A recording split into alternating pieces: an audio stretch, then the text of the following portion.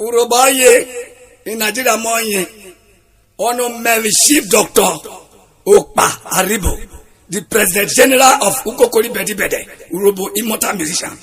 Na. Mera ma bien pe na re pe tu pe ta mle godi bupe ba no fi akwa ya me. E ti oyo dia me o patare. Mi ni kokko ri o ga. E kero ibre. E ti oyo se mo ko so ba je ta. Ati pweke. Asa me yan bo ga. Me va dia. Ko sere ma me wo ga le.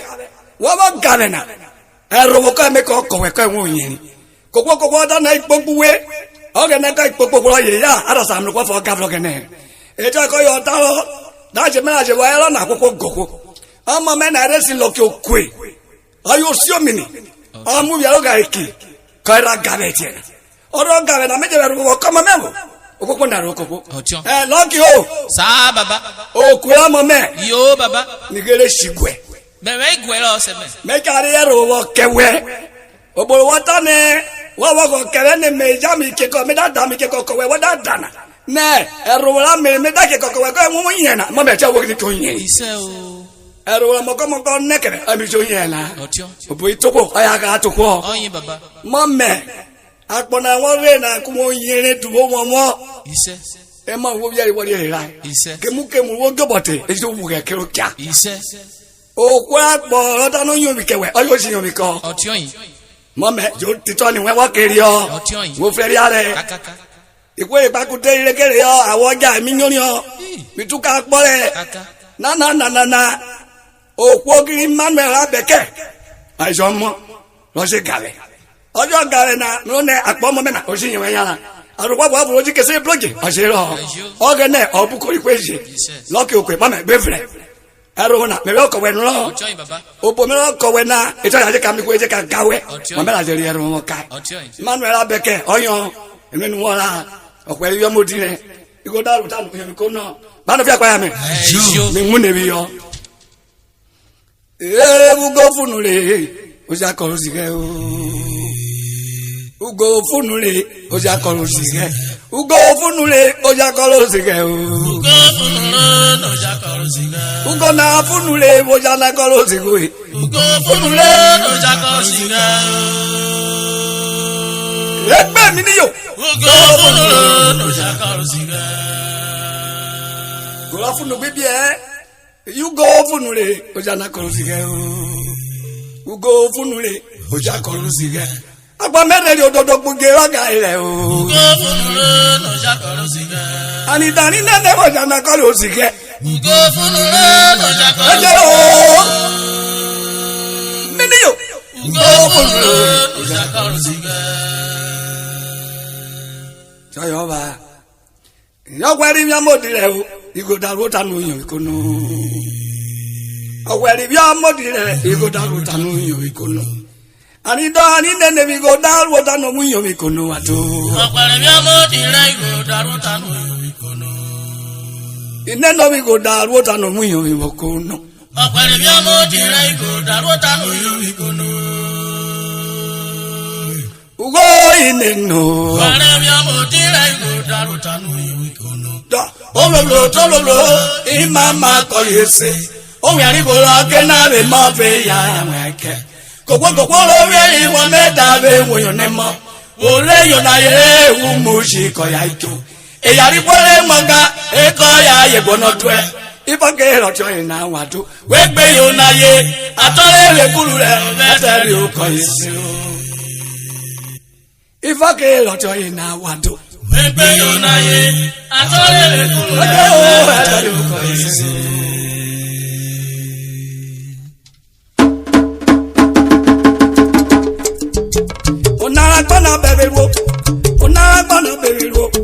Onara Akpona Bevwe ineno onara Akpona Bevwe agane balere ani mi ri apo ale laro bu ko me ori so shinire agane ko ye me o onara Akpona Bevwe onara Akpona Bevwe onara Akpona Bevwe onara Akpona Bevwe onara Akpona Bevwe agane balere ani mi ri apo ale laro bu ko me ori so shinire agane ko ye me o onara Akpona Akpona Bevwe.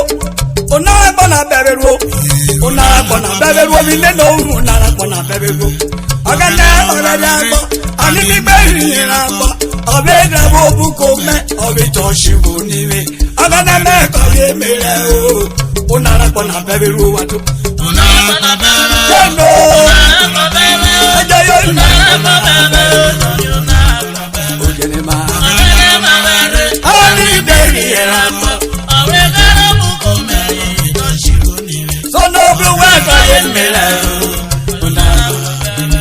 Abega bobu ko memo mi toshi woni be twa. Mini yo. Abega bobu ko memo mi toshi woni be. Eti ka me wani e. Abega kala ko bebe. Edera mle bulo motete. Edaye na yo wo begre.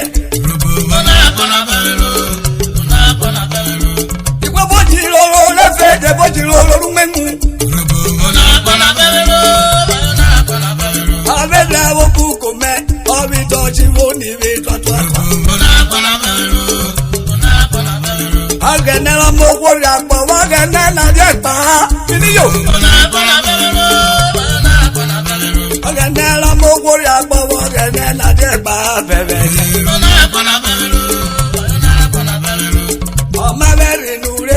Mi beri Agbo, mimi yo. Oga na wanda ye jo beri yo popo. Mi fotu mera pa ufi, otu meji ro rafa. Ana lo yi demu, ai ka kebere bere de. Iloro re melaja, mi demu mega ke. Ilolore bulorwe ay bulokunu bebete Asa wode sie munu o ngala ye ko bemle Itule bana ani asale te sie mune Welo no wagare ogene ko e maga Oboraga ido wo didi lo bori se we no ne Uyo bi lo subie o ja ko yoria Ona ne ma bere nu ma ni mi gberi Agbo be mo Ola polo be na bo mi to shivu ni mi twa Dawu yo mi ni bukodo Obolo wora rinu ogbire wori bire Asara meru ko eti adasere Obolo gbogbo zo no ruwe ko ere wo se fuge Ani da wa joko wegbe Amo no ni se buge Akpona Agana mabere ani miri Agbo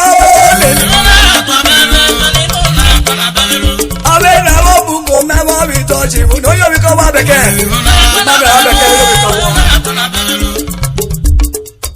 Do yo bi ka we menu wara ma menu wara O yo bi ko mo me lo go we wo yo bi ka we yo bi ki no lo be Amara beba emenu ka ewara Agbale merere na dada ko emire Akpona rere na ofefe ko ya rere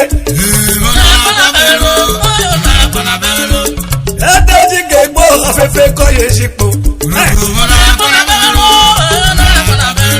Ni woju wenye wa mi fakelo na ru memu Obole feneja ko ye wo ru memu Wajo perigo wajo pere felo papa Akpona kireki oro junu koko miliyo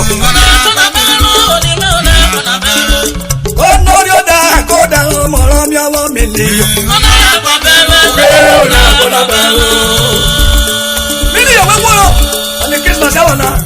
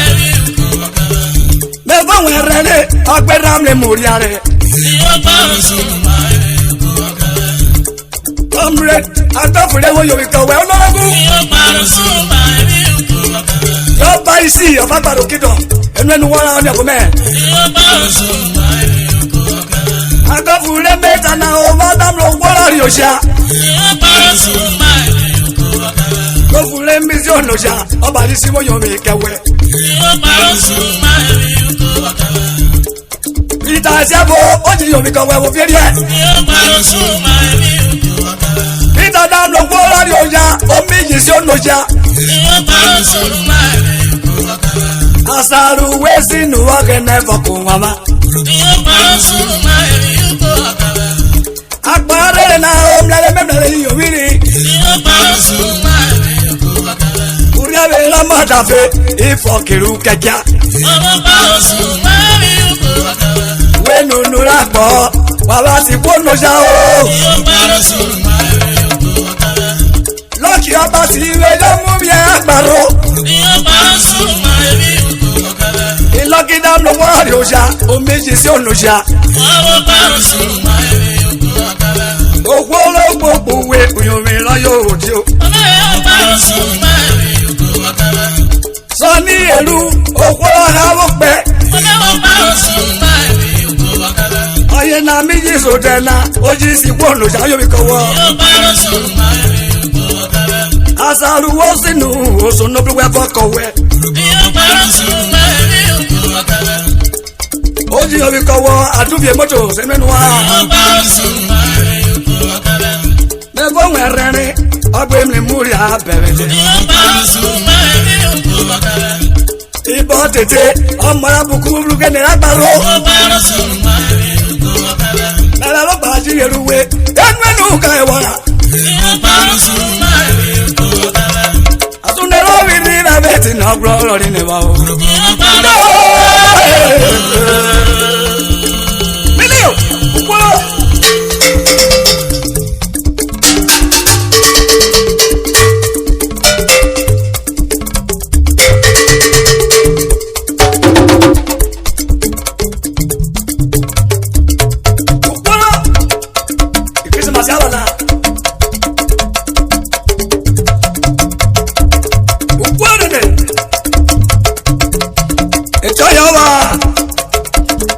And Mrs. Happy of Rebeta and me and we were in the noye. Oh, we muraye oye. You go in a mock by Sabnere. The Baba, you know, come away. Manakobiru. They got your group every year. One leg got your group every year. You're at all, Milio. They got the group every year. Ekoti gbèsè gbà òpè ẹ̀bùn yóò rí.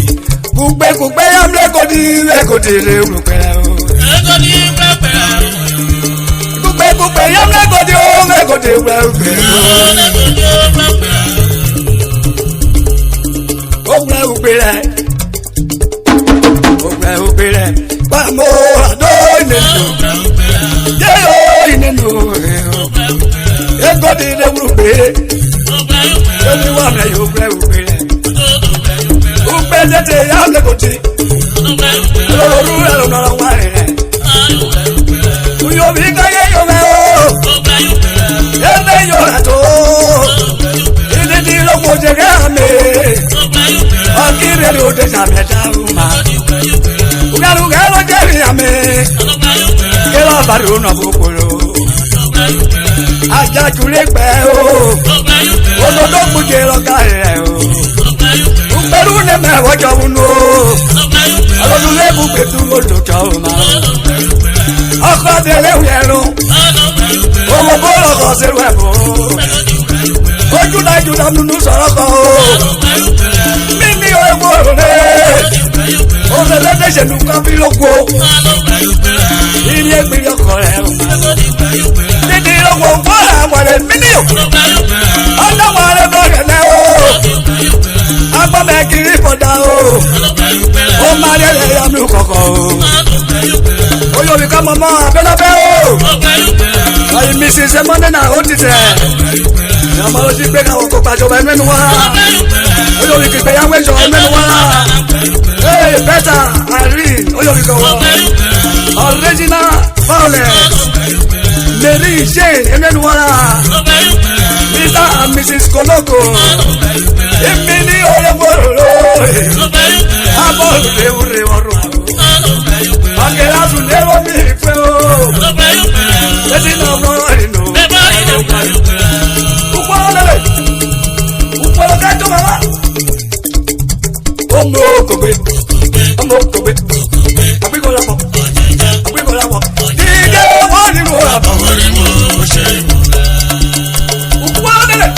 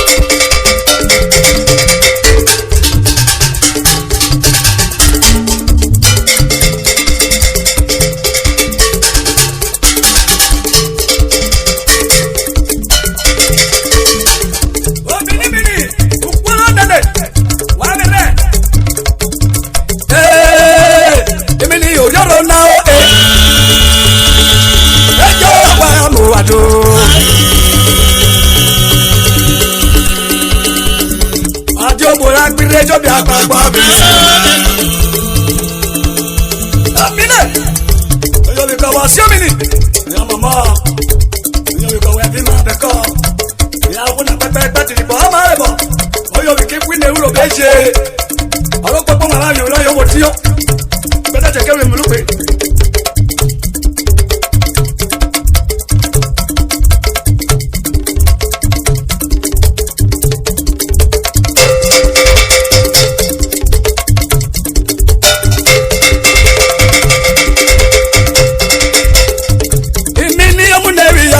Mo waje poko